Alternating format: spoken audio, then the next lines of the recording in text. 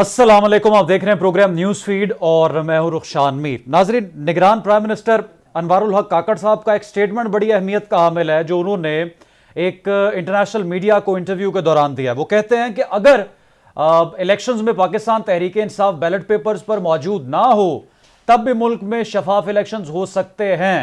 Elections का इनेकाद election commission की जिम्मेदारी है और इलेक्शन कमीशन के सरबरा की तैनाती खुद पीटीआई चेयरमैन ने की थी। इस पर हम प्रोग्राम में बात करेंगे, लेकिन एक बड़ा इंपॉर्टेंट इशू है और कराची और सिंध की आवाम के लिए बाइस परेशानी नहीं बल्कि इस वक्त जिंदगी और मौत का मसला बना हुआ है, क्योंकि आप जानते हैं कि पानी के बगैर कोई भी बशर जिंदगी नहीं गुजार सकता। और कराची पाकिस्तान का एक मुआशी हब कहलाए जाने वाला शहर, पाकिस्तान के मईशत के लिए रीढ़ की हड्डी की हैसियत रखने वाला शहर, आज पीने के पानी से ना सिर्फ महरूम है बल्कि घरों में जो लोग पानी इस्तेमाल करते हैं लोगों को आज वो पानी भी दस्तयाब नहीं है।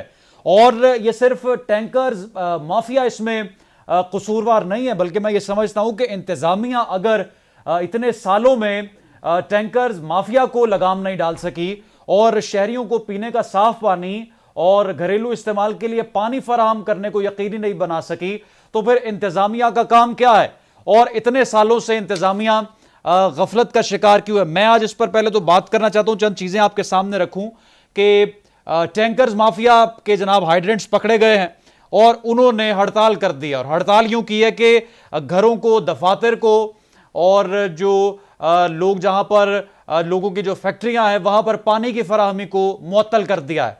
और वो तो प्रोटेस्ट कर रहे हैं कि हमारे हाइड्रेंट्स क्यों बंद किए गए हैं, लेकिन अवाम कहां पर प्रोटेस्ट करें जिनके घरों में, दफातर में इस वक्त पानी नहीं है। और यह कितनी तशवीशनाक बात है कि मौशी हब अगर पाकिस्तान का कराची है तो पानी से क्यों महरूम है। अब्दुल रहमान से हम सबसे पहले जानते हैं कि आखिर ये इशू और किस तरह से ये इशू बना और इसका जो है इस इशू का जो है वो सद्देबाब क्या हो सकता है। ये जो मुजरे सेहत पानी है ये तकरीबन पाकिस्तान की 80 से 85% आबादी को दस्तयाब है। और उसके अलावा जो लोग बॉटल्ड वाटर इस्तेमाल करते हैं या फिल्टर्ड वाटर इस्तेमाल करते हैं वो तो कहीं ना कहीं साफ पानी पी रहे होते हैं, लेकिन पाकिस्तान की एक बड़ी आबादी जो है वो पीने के साफ पानी से महरूम है। अब यहां पर जो पाकिस्तान पीपल्स पार्टी है वो तो ये कहकर राय फरार इख्तियार कर लेती कि हमने सिंध में बड़ी अर्बनाइजेशन की है, हमने यहां पर बेनजीर इनकम सपोर्ट लोगों को दिया है, बेनजीर सेहत कार्ड लोगों को दिया है, यहां पर हमने शहरी इंफ्रास्ट्रक्चर के लिए बहुत से इकदाम उठाए हैं। लेकिन जो कराची के और सिंध के मेजर इश्यूज हैं उस पर वो बात नहीं करते। जब सवाल करते हैं तो वो बात करते हैं कि हमने जमहूरियत के लिए कुर्बानियां दी हैं। वो तमाम तर कुर्बानियां तो यकीनी तौर पर अवाम के सामने हैं जो उन्होंने जमहूरियत के लिए दी है, लेकिन लोगों को किस तरह से रिलीफ दिया जा सकता है और लोग जो पीने के साफ पानी से भी महरूम हैं उनको किस तरह से ये यकीन दिलाया जा सकता है कि सरकार मौजूद है, हुकूमत मौजूद है और उनकी सुनवाई के लिए जो साहिब इक़्तिदार हैं, जो बड़े बड़े इक़्तिदार के ऐवानों में बैठे हुए हैं वो कोई ना कोई काम कर रहे हैं। अब ये मसला इस हद तक क्रिटिकल हो चुका है कि पहले तो बात ये की गई जनाब टैंकर माफिया ने वहां पर पानी के रेट्स बढ़ा दिए हैं और लोगों की कुव्वत खरीद से बाहर है। लोगों ने जैसे तैसे करके एंटरटेन किया टैंकर माफिया को और उनसे पानी खरीदते रहे, पीते रहे, लेकिन जब उन्होंने हाथ खड़े कर दिए पानी देने से और लोगों के घरों में पानी मौजूद नहीं है तो लोगों की परेशानी जो है वो काफी हद तक बढ़ चुकी है। गबूल साहब हमारे साथ मौजूद हैं पाकिस्तान पीपल्स पार्टी से। नादिर गबूल साहब, आपके वक्त का शुक्रिया। सर, सिंध में, कराची में इस वक्त क्या हो रहा है, कौन इसका कसूरवार है? देखिए, कसूरवार तो इस वक्त अल्लाह का शुक्र है, आप कम से कम ये तो मानेंगे कि पाकिस्तान पीपल्स पार्टी हुकूमत में नहीं है। तो हमें तो आपको पता है तमाम हमारे जो हरीफ है उनको शौक है हमें कसूरवार ठहराने का, इस वक्त तो नहीं ठहरा सकती। इस वक्त मैं यही कह सकता हूँ कि पाकिस्तान के अंदर ओवरऑल पानी की शदीद किल्लत है और हमारी पार्टी ने भी इसके ऊपर, जो हमारी मिनिस्टर थी शरी रहमान साहिबा क्लाइमेट चेंज के ऊपर, उन्होंने भी इंटरनेशनल लेवल्स पे इस चीज़ को एक्सेप्ट भी किया है और हेल्प भी मांगी है कि वाटर स्कैरसिटी पाकिस्तान के अंदर शिद्दत इख्तियार कर चुकी है और बहुत ही हेविली अफेक्ट होगी आने वाले सालों में पाकिस्तान की पॉपुलेशन। तो हमें वाटर कंजर्वेशन की बहुत ज़्यादा ज़रूरत है और वाटर कंजर्वेशन के अलावा पाकिस्तान के पास कोई और चारा नहीं, क्योंकि जो हमारी आबादी है, पानी जो पाकिस्तान के अंदर है ऑलरेडी रिवर्स के अंदर, वो सारे ड्राइड अप हो चुके हैं। और सिंध के अंदर स्पेशली जो ऊपर नॉर्थ से आने वाला जो स्ट्रीम लाइन है, जो रिवर का जो एक फ्लो इंडस का, उसको भी इफेक्ट करने की बहुत ज़्यादा कोशिश की गई है। इंडिया के साथ भी हमारे इश्यूज हैं। तो ये देखें, परसिस्टेंट एक चैलेंज है पाकिस्तान के लिए। और आने वाली जो भी हुकूमत होगी अगले इलेक्शन के बाद, उनका एक प्रायोरिटी पे होना चाहिए, और आई एम श्योर होगी भी, कि जो वाटर स्कैर्सिटी है इसको किस तरह से एड्रेस किया जाए। और आप सही फरमा रहे हैं, इस वक्त ये शिद्दत इख्तियार कर चुकी है। अब केयरटेकर गवर्नमेंट को चाहिए कुछ मेजर्स इन्फोर्स करें, जिसके तहत जो इस वक्त अक्यूट एक शॉर्टेज है उसको किसी तरह से। आपने अभी कहा कि अब चूंकि हमारी गवर्नमेंट नहीं है तो आपके जो सियासी हरीफ हैं वो आप पर सवाल नहीं उठा सकते। आपकी गवर्नमेंट नहीं है, 30 दिन हो गए होंगे मैक्सिमम आपकी गवर्नमेंट नहीं है। अगर 44-45 साल पाकिस्तान पीपल्स पार्टी को हो गए हमारे से वजूद में आए, तो 30 साल तो तकरीबन सिंध पर आपने हुकूमत की है। तो ये मेजर इश्यूज जो अवाम के हैं, इनको एड्रेस आज तक नहीं किया गया। ये आप समझते नहीं कि बहुत बड़ी नाकामी है? नहीं, देखिए, पानी तो नहीं है पाकिस्तान के अंदर, पानी नहीं है। अब पानी हमने कंजर्व ही करना होगा। जो हमारे पास लिमिटेड रिसोर्सेज हैं, उनको किस तरह संभाल सकते हैं, इस पे काम करने की ज़रूरत है। और अनफॉर्चुनेटली सबसे बड़ी जो रुकावट इसमें हमेशा होती है, वो इंटर प्रोविंशियल कोऑर्डिनेशन होती है। अगर पंजाब कोशिश करती है कि पानी ज़्यादा वो अपने पास रोक के रखे, तो सिंध अफेक्ट होता है। और जाहिर सी बात है, कराची सिंध की जो आखिरी शहर है कराची के अंदर, और स्पेशली जो मेरा हल्का है लियारी, वो कराची का भी बिल्कुल आखिरी कोना है। वहाँ तक पानी आता ही नहीं है। ये हमें ऑलरेडी अवेयर है इस चीज़ की, और हमने एक्सेप्ट किया है बहुत सारी जगहों पे। और इसके लिए हमें कोई out of the box solutions ही निकालने पड़ेंगे। ये टैंकर माफिया सर आपसे ज्यादा, हुकूमत से ज्यादा ताकतवर है? देखिए, माफियाज तो बिल्कुल हैं, और ज़्यादा ताकतवर होनी तो नहीं चाहिए, पर अनफॉर्चुनेटली इसको अभी तक बहुत कम तो किया है, मगर कम्प्लीटली ख़त्म नहीं किया है। ये बिल्कुल आप सही फरमा रहे हैं। एक सोचने की बात है कि अगर घरों की लाइनों में पानी नहीं आ रहा, तो ये जो टैंकर पैसे लेकर आते हैं, ये कहाँ से पानी लेकर आते हैं? तो पुराने वक्तों में तो किसी और की तरफ उंगलियां उठाई जाती थी, बट अब आने वाली जो पीपल्स पार्टी की हुकूमत होगी, सबसे पहले उसको इसी इशू को रिजॉल्व करना होगा। और बिलावल भुट्टो ज़रदारी साहब का भी एक वादा है, और बिलावल भुट्टो ज़रदारी साहब यकीनन उस वादे को पूरा करेंगे, क्योंकि कराची एक साहिली शहर है। असद अली हमारे साथ मौजूद है, नुमाइंदा कराची कैपिटल टीवी। असद अली, आप क्या सूरत हाल ये देख रहे हैं? अब तो ये इशू एक बड़ा संजीदा और संगीन मसला बन चुका है। लोग तो सरापा एहतजाज है कराची में। इशू कैसे ये शुरू होता है, क्या इसका सद्देबाब हो सकता है? जी देखें, बिल्कुल पहले तो जो शहरी हैं कराची के, उनकी जानिब से खुशी का इजहार किया गया था कि कानून नाफिज करने वाले इदारों की जानिब से जो एक बड़े पैमाने पे ऑपरेशन शुरू किया गया था जो गैर कानूनी हाइड्रेंट माफिया है, टैंकर माफिया है, इनके खिलाफ। और रोज की बुनियाद पर जो है कई जो गैर कानूनी हाइड्रेंट्स हैं उनको मसमार भी किया जा रहा है। तो खुशी का इजहार इस बात पर किया जा रहा था कि शायद अब जो है पानी हमें जो है वो मुसलसल मिलेगा, लेकिन इसका उल्टा ही देखने में आ रहा है कि गैर कानूनी हाइड्रेंट्स तो मसमार हो रहे हैं, लेकिन पानी का जो बहरान है वो शिद्दत इख्तियार कर रहा है। उस तरह से जो मसला हल होना चाहिए था वो नहीं हो पा रहा। आज भी जो है कई इलाकों में जो है शहरी जो है वो बूंद बूंद पानी को तरस रहे हैं। और जो ये असल सूरत हाल जो पैदा हुई है, ये पिछले कुछ दिनों से हुई है, और इससे पहले भी जो है बहरान पैदा हुआ था। पानी की जो शिद्दत है, कमी है, उसका सामना था, लेकिन एंटी थेफ्ट सेल कायम किया गया था जो साबिक मिनिस्टर थे नासिर शाह की जानिब से। तो एंटी थेफ्ट सेल ने जो है मुख्तलिफ इलाकों में कार्रवाइयाँ की थी, गैर कानूनी जो कनेक्शन थे, हाइड्रेंट्स थे, उनको मसमार किया था, जिसके बाद थोड़ी बेहतरी आई थी।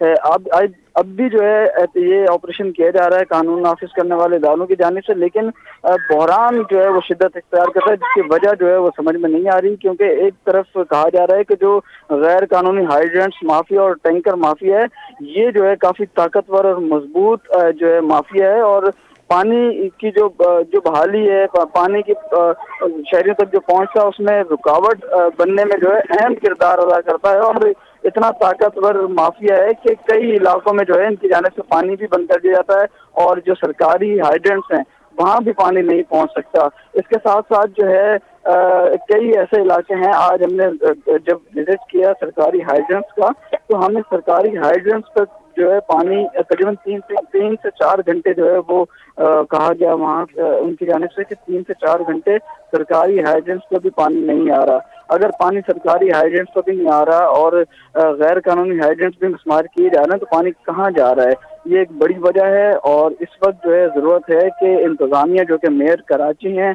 कम से कम उनको जो है इस पर एक सीरियस जो है इशू नोटिस लेना चाहिए, हंगामी बुनियादों पर काम करना चाहिए, क्योंकि इससे पहले कब जो बहरान आया था पानी का कराची में, उससे जो है काफ़ी मुश्किलात आई थी। और अगर अब भी जो है इसी तरह से बहरान मज़ीद ज़्यादा शिद्दत इख्तियार कर गया, तो फिर जो है शहर इंतज़ामिया इसे कंट्रोल नहीं कर पाएगी।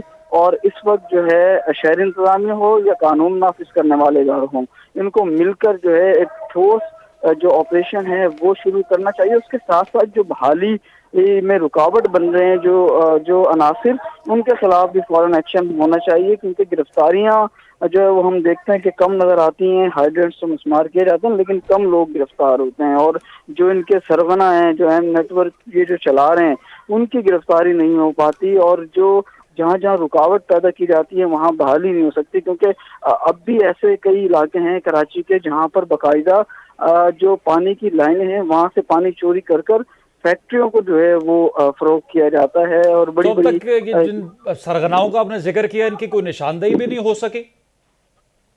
जी देखें, एंटी थेफ्ट सेल की जानिब से बाकायदा इन तहकीकात की गई थी। कानून नाफिज करने वाले इदारों की जानिब से भी जब ऑपरेशन शुरू किया गया था, तो उससे पहले बाकायदा लिस्टें तैयार की गई थी। लेकिन मजबूत गिरोह नेटवर्क हैं, ये जो है इनको पहले ही पता चल जाता है कि हमारे खिलाफ जो है कोई एक्शन होने वाला है, तो ये साइड पर हो जाते हैं, या तो बैरून मुल्क चले जाते हैं या रुपोश हो जाते हैं, जिसकी वजह से इनकी गिरफ्तारी जो है वो नहीं हो सकती। जो निचली लेवल के जो इनके मुलाजमिन या निचली सतह के जो इनके जो अनासिर होते हैं वो कानून के शिकंजे में आते हैं, लेकिन जो इनके सरगना होते हैं वो आसानी से रुपोश हो जाते हैं या बैरून मुल्क चले जाते हैं, जिसकी वजह से जो है नेटवर्क की मजबूती जो है वो बरकरार रहती है। इनको कमजोर कहीं नहीं पड़ता, क्योंकि कुछ दिन बाद फिर वापस आ जाते हैं और फिर अपने जो बहाली इनका नेटवर्क है वो फिर फाल हो जाता है। तो इनके खिलाफ एक मजबूत ऑपरेशन होना चाहिए। उसमें जो है वो जब होगा जब कराची की इंतजामिया या हुकूमत या कानून नाफिज करने वाले इदारे जब एक पेश पर आकर जो है इनके खिलाफ कार्रवाई करेंगे और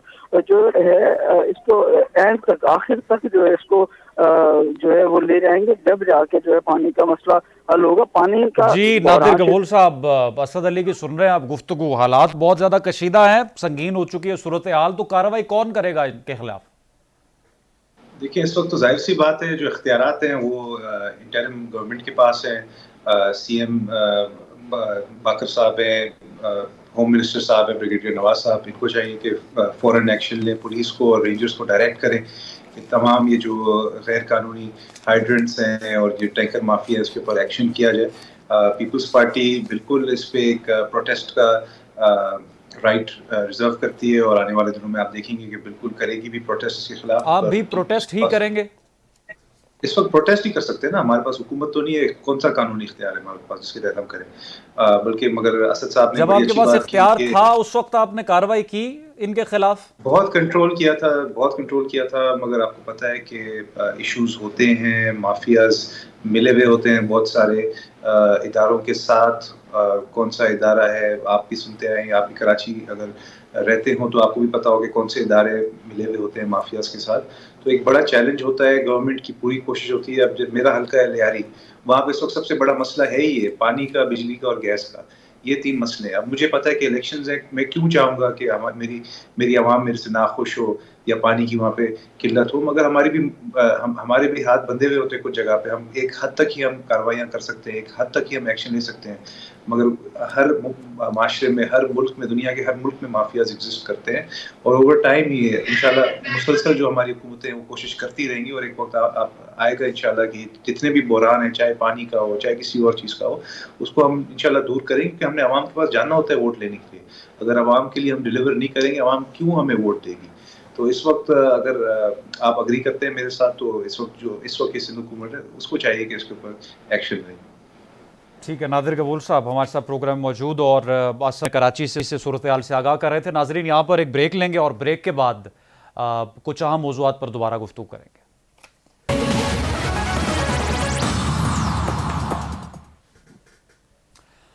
वेलकम बैक नाजरीन। मुल्क में इलेक्शंस का वक्त करीबान पहुंचा है और निगरान वजीर आजम अनवारुल हक काकड़ ने एक इंटरनेशनल टीवी चैनल को इंटरव्यू दिया और कहा है कि अगर बैलेट पेपर पर बल्ले का निशान मौजूद नहीं होता तब भी मुल्क में शफाफ इंतखाबात का इनेकाद किया जा सकता है।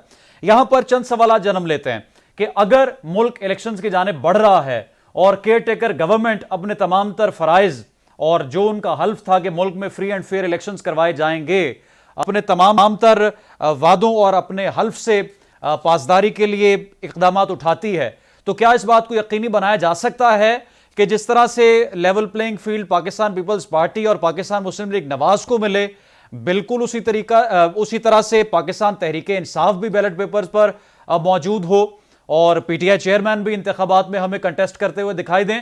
नवाज शरीफ की वापसी 21 अक्टूबर को होगी नहीं होगी, कौन पाकिस्तान मुस्लिम लीग नवाज की इस इलेक्शंस में सरबराही करता हुआ हमें दिखाई देगा, यह भी एक सवाल है। लेकिन मेजर सवाल यह है कि क्या वाकई इंतखाबात शफाफ हो सकते हैं अगर पीटीआई बैलेट पेपर पर मौजूद नहीं होती। अरसलान शेख साहब भी पाकिस्तान मुस्लिम लीग नवाज से हमारे साथ मौजूद हैं और नबील कबूल साहब पाकिस्तान पीपल्स पार्टी से हमारे साथ मौजूद हैं।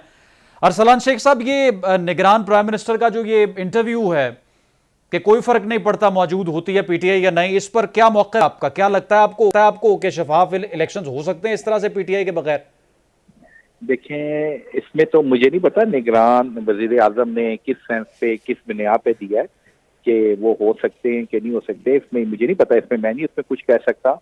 लेकिन मैं ये समझता हूँ कि हर पार्टी का आईनी हक है, उसको इलेक्शन में जाना चाहिए और इलेक्शन लड़ना चाहिए, लेकिन उस शख्स को नहीं लड़ना चाहिए जिन्होंने पाकिस्तान के इदारों के साथ गद्दारी की हो, पाकिस्तान के इदारों पर हमला किया हो, वो पाकिस्तान को डिस्टेबलाइज करने की कोशिश की गई हो और जिन पे 788 के दहशतगर्दी के पर्चे हो।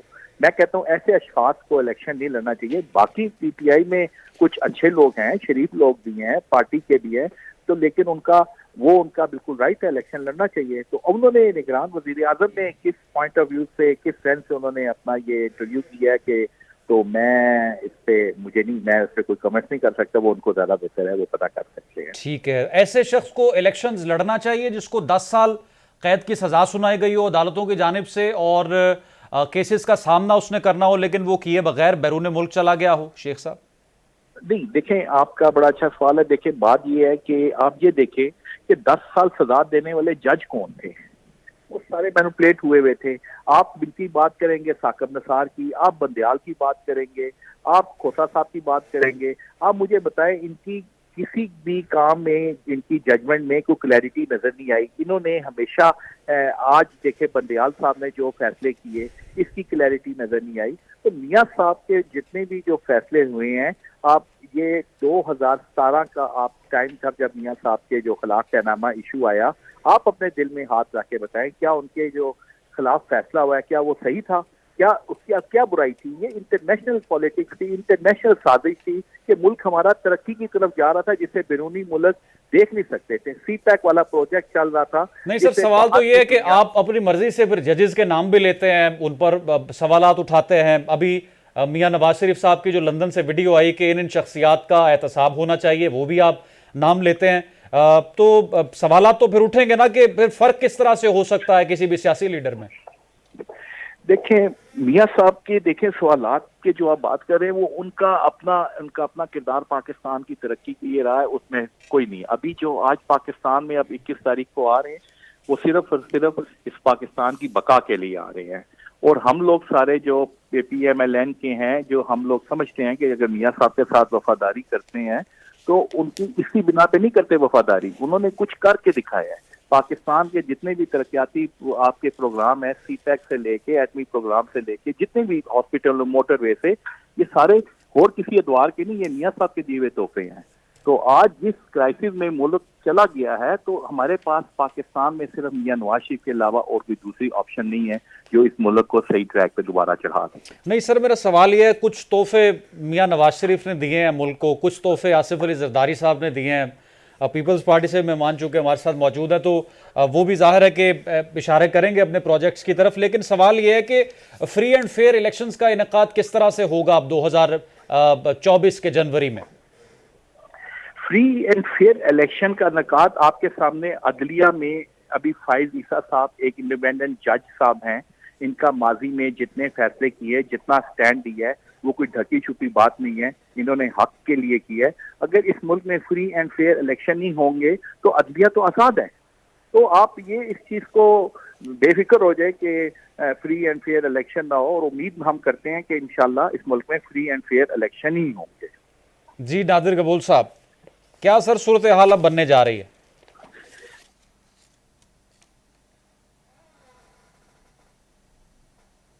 आवाज नहीं आ रही आपकी सर, आप जरा माइक को अपने चेक करें। अरसलान शेख साहब, जी अभी आवाज आ रही है आपको? जी आपकी आवाज आ गई। जी देखिए, सूरत हाल तो यही है कि हालांकि हमारा मौकफ तो यही था कि 90 डेज के अंदर आइन क्लियरली स्टेट करता है कि इलेक्शंस होने चाहिए। तो जब से असेंबली तहलील हुई है अगस्त के 11 तारीख आई बिलीव, तो उसके बाद 90 डेज तो नवंबर में ही जाके पूरे होते हैं। मगर अभी भी हम यही बार बार इलेक्शन कमीशन के वफ्द के साथ हमारे वफ्द की मुलाकातें हुई है और हमने बार बार यही स्टेट किया है कि अगर आप हमें कह रहे हैं कि जनवरी में इलेक्शंस हैं तो आप हमें तारीख अभी भी क्यों नहीं दे रहे हैं। हालांकि नवंबर के अंदर ही इलेक्शन होना चाहिए था, पर अगर जनवरी में कर रहा है तो अभी तारीख तो आप दे दें। आज शायद जाके उन्होंने एक इब्तदाई फहरिस्त इशू की है डिलिमिटेशंस का, जिसमें कोई इतना ज्यादा फर्क नहीं है पिछले इलेक्शंस की जो कॉन्स्टिट्यूंसीज है, कुछ नंबर सिर्फ चेंज हुए हैं। तो हम नहीं बिलीव करते हैं कि जनवरी तक इलेक्शंस डिले होने चाहिए। आई थिंक अगर इस इलेक्शन को ये दिसंबर में भी करना चाहें तो बहुत इजीली लोग कर सकते हैं, और तमाम हमारे जो कैंडिडेट्स हैं पाकिस्तान पीपल्स पार्टी की वो तैयार है।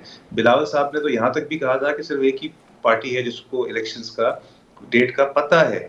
तो इससे यही लग रहा है कि फ्री एंड फेयर इलेक्शन शायद उतने ना हो। तो इन सारे जो हमारे रिजर्वेशंस हैं इनको दूर करने का सिर्फ वाहिद एक ही तरीका है, वो यही है कि तमाम पॉलिटिकल पार्टीज और पब्लिकली ये नॉलेज होना चाहिए कि इलेक्शन की डेट आखिर है क्या, ताकि हम अपने कैंपेन को फुल स्पीड में आगे बढ़ाएं। पाकिस्तान पीपल्स पार्टी ने ऑलरेडी शॉर्टलिस्ट करना शुरू कर दिया अपने कैंडिडेट्स को, मगर जब कैंडिडेट्स अनाउंस हो भी जाएंगे तो उनको भी कुछ टाइम तो लगता है आवाम के साथ रब्ता करने के लिए, और वो एक बड़ा मुश्किल मरहला होता है। तो हम तैयार हैं। अब लेट्स सी इलेक्शन की डेट कब आती है, और I am sure Noon league भी तैयारी अपनी कर रही होगी। इंशाल्लाह पाकिस्तान में उम्मीद है कि पहली दफा फ्री एंड फेयर इलेक्शंस होंगे, आज तक तो हमने नहीं देखे। ठीक है। अच्छा अरसलान शेख साहब, आप मियां नवाज शरीफ चूंकि 2019 से तो लंदन में मौजूद हैं और वो आवाज़ उठाते रहे, और जो उनके साथ हुआ उन्होंने कहा कि ये गैर मुनासिब है, और किसी ना किसी तरीके से वो प्रोटेस्ट तो करते रहे लंदन में मौजूद रहने के बावजूद। लेकिन फिर जब पीडीएम हुकूमत आई, शहबाज शरीफ साहब प्राइम मिनिस्टर बने, तो खामोशी इख्तियार कर ली उन्होंने, और उनके वापसी की खबरें फिर सामने आती रहीं। 4 से 5 मरतबा लीडरशिप की जानिब से कहा गया कि वो आ रहे हैं, अगले हफ्ते आ रहे हैं या अगले महीने आ रहे हैं। अब ऐसा क्या हुआ कि 16, 17, 18 महीने खामोश रहने के बाद उन्होंने एक वीडियो पैगाम लंदन से जारी कर दिया कि एहतसाब होगा तो फिर मुल्क आगे बढ़ेगा, और उन्हीं तमाम तर चीज़ों की तरफ उन्होंने इशारा किया जिस पर वो खामोश रहे 16, 18 महीने। अगर नवाज शरीफ वापस आते हैं तो क्या उनको अब गिरफ्तारी का खतरा है?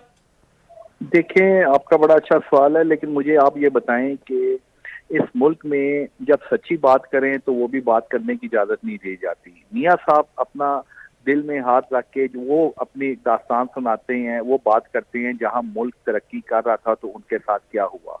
आप खुद सोचें कि आज हमारे मुल्क में बेरोजगारी, महंगाई और जिस हालात में कि कभी डर लगता है कि कभी कल करप्ट मुल्क ना हो जाए, डिफॉल्ट ना कर जाए मुल्क, डिफॉल्ट करने के लिए अभी इन्होंने 16 माह में शहबाज शरीफ साहब ने सिर्फ और सिर्फ इतनी मेहनत करके, हमें पता है को जो इतना डिलीवर नहीं कर सके, लेकिन हमारे मुल्क को डिफॉल्ट होने से बचाया। जो आज महंगाई जो 300 का पेट्रोल या मिल रहा है 320-30 का, ये अगर खुदा ना खासा डिफॉल्ट होता तो ये 1000 रुपए का चला जाता, मुल्क में अफरा तफरी फैल जाती। अब मियां साहब के लिए मेन मसला यही है कि वो जब एक नैरेटिव लेके आते हैं, हकाइक अफरा तफरी तो फैल गई है सर, बिल्कुल फैल गई, आप ठीक कह रहे हैं। अब जब हकाइक और सच्ची बातें जब करने का मौका मिलता है, फिर वो बात करने की भी इजाजत नहीं होती। तो अब ये एक अजीब सी सूरत पैदा हो गई है, और अल्लाह ताला मियां साहब खैर खैरियत से आए, और मैं समझता हूँ कि अब मेरा अखीर से हमें फैसला यही इसी तरीके में करना चाहिए। अब आगे की तरफ देखें, जो माजी में हुआ उसको बात करना है, उसका पीटने का फायदा कोई नहीं है। आगे की अपनी पॉलिसी आगे देख के हम इस मुल्क की तरक्की की तरफ लेके जाएं। ठीक है जी, क्योंकि उनके माजी में जो उन्होंने काम किए हैं वो सबके सामने है। ठीक है। अरसलान शेख साहब मुस्लिम लीग लिबास से और नादिर कबूल साहब पाकिस्तान पीपल्स पार्टी साथ मौजूद थे। हमारी भी यही दुआ है कि तब मियां नवाज शरीफ साहब वापस अब आ जाएं, लेकिन तमाम सियासी लीडर्स इलेक्शंस में नजर आने चाहिए और बैलेट पेपर में तमाम सियासी जमातें मौजूद होनी चाहिए, जब भी तो फ्री एंड फेयर इलेक्शंस का इनेकाद मुमकिन बनाया जा सकता है। एक ब्रेक के बाद दोबारा हाजिर होंगे।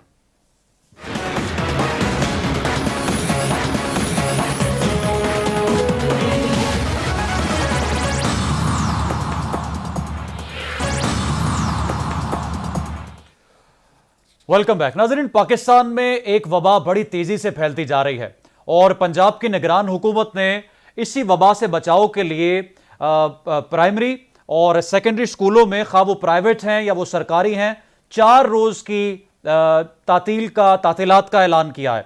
अब ये वबा ना सिर्फ छोटे बच्चों में तेजी के साथ फैल रही है, बल्कि जो एडल्ट्स हैं वो भी इस वबा का शिकार हो रहे हैं। तभी आप देखते हैं कि कोई ना कोई आपको ये जरूर कहता हुआ दिखाई दे रहा है कि मेरी आंखों में किसी किस्म की एलर्जी है, या मैं फलां शख्स से मिला तो तब से मेरी आंखों में जलन है। डॉक्टर आफान कैसर हमारे साथ मौजूद हैं, इनसे जान लेते हैं कि आशूब चश्म नामी ये वबा, इसकी क्या अलामात हैं और आशूब चश्म से बचाव के लिए कोई भी शहरी क्या एहतियाती तदाबीर इख्तियार कर सकता है, और वो इंजेक्शन जिसका इस्तेमाल बहुत से लोगों की बिनाई को मुतासर कर चुका है, और कुछ केसेस तो ऐसे रिपोर्ट हुए हैं कि कुछ लोग अपनी बिनाई से महरूम भी हो गए हैं। डॉक्टर आफान कैसा, आपके वक्त का बहुत शुक्रिया। माहिर तिब हैं और सोशल मीडिया इन्फ्लुएंसर भी हैं। सर, क्या वजह है, आशूब चश्म की निशानियां बुनियादी तौर पर क्या हैं?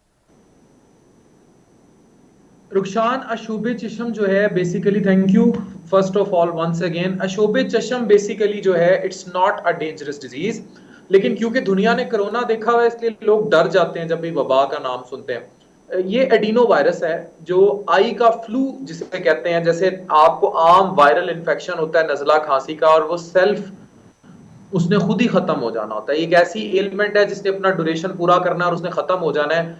इसने खुद ही खत्म हो जाना होता है 6 से 7 दिन, किसी में 14 दिन इसने खत्म। आई की रेडनेस है, इसमें बस अलामात यही है, इचिंग होती है, आंखें लाल हो जाती हैं, बाजुकात थोड़ी बहुत इचिंग की वजह से रात को नींद भी बंदों की डिस्टर्ब हो जाती है। अदरवाइज ये कोई सीरियस इलनेस नहीं है। जो काले ग्लासेस जो 500 रुपए के कर दिए पठानों ने, 100 रुपए के थे, या ओवरऑल लोगों ने इन पे गदर मचा दिया। किसी भी दुकान पे आप चले जाएं, 500 वाला ग्लास आपको 1000 रुपए का मिल रहा है, और वो जो जिसको ये रेबैन कह के बेचते थे 1400 रुपए का, वो इन्होंने 6-6 हजार के कर दिए हैं। टेक्निकली काले ग्लासेस पहनना भी जरूरी नहीं है। काले ग्लासेस सन फ्लेयर बचाने के लिए जरूरी है, क्योंकि जब सूरज में निकलते हैं तो सन फ्लेयर यानी इचिंग जो है वो थोड़ी सी इरिटेबल हो जाती है। अदरवाइज आप कोई भी ग्लासेस लाइट कलर के यूज कर सकते हैं। बेसिकली जिस तरह कहते हैं ना, छींको मत कि किसी और को नजला खांसी ना लग जाए, इसी तरह इसमें भी यही होता है कि हाथ जब रगड़ते हैं आंखों पे तो किसी और को हाथ लग जाए, फिर वो आंखों में रगड़ ले, या आपकी आंखों के जरिए किसी और को ना एडिनो वायरस ट्रांसफर हो जाए, जैसे नजला खांसी का जुकाम होता है। It's simply that. तो अगर किसी शख्स को ये प्रॉब्लम हो गई है, उसको ये वायरस ने इफेक्ट कर दिया, तो वो क्या करे? कमरे में बंद हो जाए या ग्लासेस लगाए? इस हवाले से भी बताइए। वो अपने काम रेगुलरली जारी रखे। उसको जिस हिसाब से इचिंग है, मैं आई ड्रॉप्स यहाँ नहीं बताऊंगा, तरह तरह के आई ड्रॉप्स अवेलेबल हैं। कुछ लोग स्टीरॉइड्स भी यूज कर रहे हैं। टेक्निकली तो कुछ भी नहीं यूज करना चाहिए। अगर इचिंग ज्यादा हो तो थोड़े बहुत लाइट से जो आई ड्रॉप्स आपको कोई भी अच्छा ऑप्थेल्मोलॉजिस्ट जो रिकमेंड करे आप उन्हें यूज कर लें। इवन बेसिकली इचिंग को बचाने के लिए होता है। साफ पानी से अच्छा आई ड्रॉप कोई भी नहीं है। सिंपल प्लेन डिस्टिल वाटर जो होता है, कोई भी किसी भी कंपनी का भी नहीं लेने की जरूरत। अगर साफ टैप वाटर अवेलेबल है तो आप उससे आंखें दिन में 5 से 6 दफा धोएं, एंड दैट्स इट। और उसको आंख को रगड़े ना, बार बार मले ना। जब आपको मसला हो आप जाके आंख धोएं अपनी, इसको साफ पानी से आंख को धोते रहें। इसके अलावा आपने कुछ भी नहीं करना। और ग्लासेस आपने सिर्फ इसलिए पहनने हैं कि आप बाहर सूरज की रोशनी में जो है ना, इसकी इचिंग बढ़ जाती है, यानी जलन जो है वो ज्यादा शुरू हो जाती है, तो लोग ब्लैक ग्लासेस यूज करते हैं। अदरवाइज आप इंडोर रहें, सूरज को अवॉइड करें और कोशिश करें कि कांटेक्ट को अवॉइड करें ताकि ये एपिडेमिक कंट्रोल हो। लेकिन मुझे टेक्निकली ये लगता है जिस लेवल पे वबा फूट चुकी है, शायद सबको ये आशूब चश्म होगा। जिस लेवल पे ये वबा फूट चुकी है और जिस तरह ये लोगों में बुरी तरह फैल गई है नज़ला खांसी की तरह। ये कोई ना कोई टेक्निकली लोग जो है, अगर 1 in 10 नहीं तो 1 in 15, 1 in 20 हर बंदे ने हमारी पॉपुलेशन में इसका शिकार होना है। अच्छा डॉक्टर साहब, इसमें कोई एज ब्रैकेट भी है कि जो अंडर 18 है, स्कूल जाने वाले बच्चे हैं, या जो लोग अबव 50 या 60 के करीब हैं, उनको ज़्यादा इस वायरस से बचना चाहिए, ऐसा भी कोई मामला है? देखिए, अभी तक कोई ऐसा केस रिपोर्ट नहीं हुआ कि इसने कोई सीरियस किस्म का किसी को डैमेज किया हो। ये एडिनो वायरस इन्फेक्शन है, ये पहले भी होता है लोगों को। इस दफा इसका फ्लेयर इसलिए ज्यादा फील हो रहा है, तो ये फैल बहुत गया है, मतलब लाइक एन एपिडेमिक ये फैल गया है और ये बहुत सारे लोगों को यकमुश्त हो गया है। अदरवाइज ये इनफरादी तौर पर तो लोगों को होता ही रहता है, लेकिन कोविड में भी यही हुआ था कि इट रैपिडली स्प्रेडेड। तो ये जब रैपिडली स्प्रेड कर गया है, तो इस वजह से हम लोगों में खौफ, फियर ज्यादा पाया जा रहा है कि पता नहीं कितना को खतरनाक वायरस है। लेकिन ये बिल्कुल भी खतरनाक नहीं है, ना इसके लिए कोई सनसनी होनी चाहिए। पहले भी लोगों को अपनी जिंदगियों में ये होता रहा होगा, और ये सेल्फ रिमिटिंग है, इसने खत्म हो जाना होता है। तो और इसमें एज ब्रैकेट बिल्कुल नहीं है, बच्चों को भी उतना ही मुतासिर कर रहा है जितना बड़ों को कर। अच्छा डॉक्टर साहब, ना लें ना।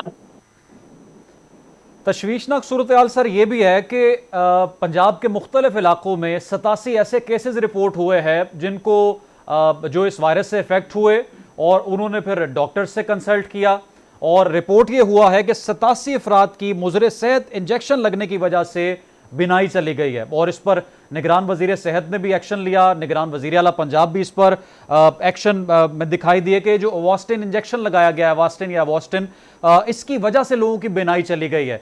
तो आपका तो यही मशवरा है कि अगर ऐसा मामला कोई हो जाए तो किसी किस्म का इंजेक्शन या कोई मेडिकेशन की जरूरत नहीं है?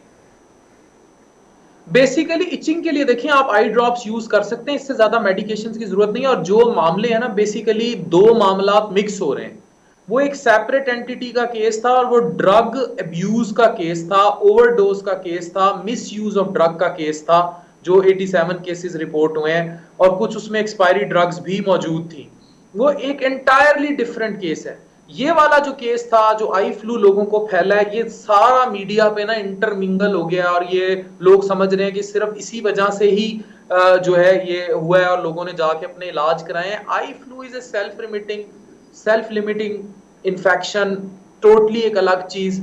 ये अवास्टिन जो लोगों को लगा है और उसने जो लोगों की बिनाई वाले मसले हुए हैं, वो एक एंटायरली डिफरेंट था, और उसमें आई की डिजीजेस की नोयत भी डिफरेंट थी। वो इसकी वजह से नहीं गए, आई फ्लू की वजह से। तो ये मिक्स हुई है सिचुएशन, लोगों में पैनिक ज्यादा फैल गया है। फिर जाहिर है बाकी फिर यूट्यूबर जिंदाबाद। और यूट्यूबर्स तो ये भी कह रहे हैं कि अगर किसी को ये मामला हो जाए आंखों में जलन का, तो पानी का ज़्यादा से ज़्यादा इस्तेमाल करें, उससे आप महफूज रह सकते हैं। तो कुछ इस हवाले से भी आप बताएं कि क्या फिर डाइट होनी चाहिए, कुछ फ़र्क नहीं पड़ता इसका, नो मैटर? बर्फ की टकोर करें। अगर इचिंग ज्यादा हो रही है, आप अपनी आईस आंखों पे यूज कर सकते हैं। कुकम्बर, खीरे का भी लोग कह रहे हैं आप अपनी आंखों पे रखें ठंडी तासीर के लिए। ये बिल्कुल ऐसे है यार, जैसे किसी को नजला खांसी हो जाता है तो भाप ले लेते हैं, स्टीम ले लेते हैं। कोई सुपर इम्पोज इन्फेक्शन हो जाए, थोड़ी बहुत एंटी इन्फ्लेमेटरी ड्रग्स ले लेते हैं। एंटीबायोटिक्स भी लोग गलत इस्तेमाल करते हैं। अब बंदे अगर नजले खांसियों के लिए भी इस मुल्क में एंटीबायोटिक्स ले रहे हैं, और इस किस्म के आई फ्लू के लिए भी अगर लोग स्टीरॉयड डालना शुरू हो गए आंखों में, या एंटीबायोटिक्स का इस्तेमाल शुरू हो गए हैं, तो फिर तो हमारी जो ड्रग अथॉरिटी है उसका अल्लाह ही हाफिज है। कि अगर आपने वायरल इन्फेक्शंस को, viral mean something which is self remitting, ये वाला, उसको अगर आप एंटीबायोटिक से ट्रीट कर रहे हैं, यानी कि वो जो बैक्टीरिया को किल करता है, तो एडिनो वायरस को आप कौन सी दवाई दे रहे हैं जो एंटी बैक्टीरियल और उसे किल कर रही है? मतलब ये भी बहुत बड़ा सवालिया निशान है कि क्या, खुद बताएं, क्या कोई एंटी बैक्टीरियल ड्रग किसी वायरस को मार सकती है? ये फिर गलत हो रहा है, लेकिन लोग कर रहे हैं। मैंने देखा है लोगों को, लोगों ने एंटीबायोटिक आई ड्रॉप्स के लिखे हुए। भाई क्यों लिखे हुए? इसने खत्म हो जाना है। मैं नजले खांसी के बारे में सर्दी गर्मी में लोगों को ये कहता हूं कि दवाई लोगे तो 7 दिन लगेंगे, दवाई नहीं लोगे तो 1 हफ्ता लगेगा ठीक होने का। They both are similar things. Eye flu में अगर आंखों में ड्रॉप्स डालेंगे, एक्सेसिव मेडिकेशन यूज करेंगे, तब भी इस आई फ्लू ने 7 दिन में ठीक होना है, नहीं तो इसने 1 हफ्ते में ठीक होना है। अब आप फैसला कर लें कि आपने कैसे ठीक होना है। ठीक है, डॉक्टर अफान कैसर साहब, माहिर तिब और सोशल मीडिया इन्फ्लुएंसर हमारे में मौजूद थे। नाज़रीन, सेक्रेटरी स्कूल्स ने ये फैसला किया है कि पंजाब में आशूब चशम की रोकथाम के लिए बच्चों को महफूज रखा जाए। फौरी तौर पर इस फैसले का इतलाक किया जाए कि 4 दिन तमाम सेकेंडरी और प्राइमरी स्कूल जो हैं वो बंद रहेंगे। पीर के रोज से सख्ती के साथ SOPs पर अमल दरामद होने के बाद बच्चों की स्कूलों में एंट्री होगी और असातिज़ा खुद पहले इस चीज़ का मुवाजना करेंगे कि कोई बच्चा इस आशूब चशम में मुब्तला तो नहीं है या उसको किसी ऐसे वायरस का सामना तो नहीं है। ये वबा किस तरह से फैल रही है, क्या रोकथाम इसकी हो सकती है, डॉक्टर आफान कैसरी गुफ्तगू आप सुन रहे थे। अपना बहुत सा ख्याल रखें। रुखसान मीर को इजाज़त दें, दोबारा मुलाकात होगी प्रोग्राम में। अल्लाह हाफ़िज़।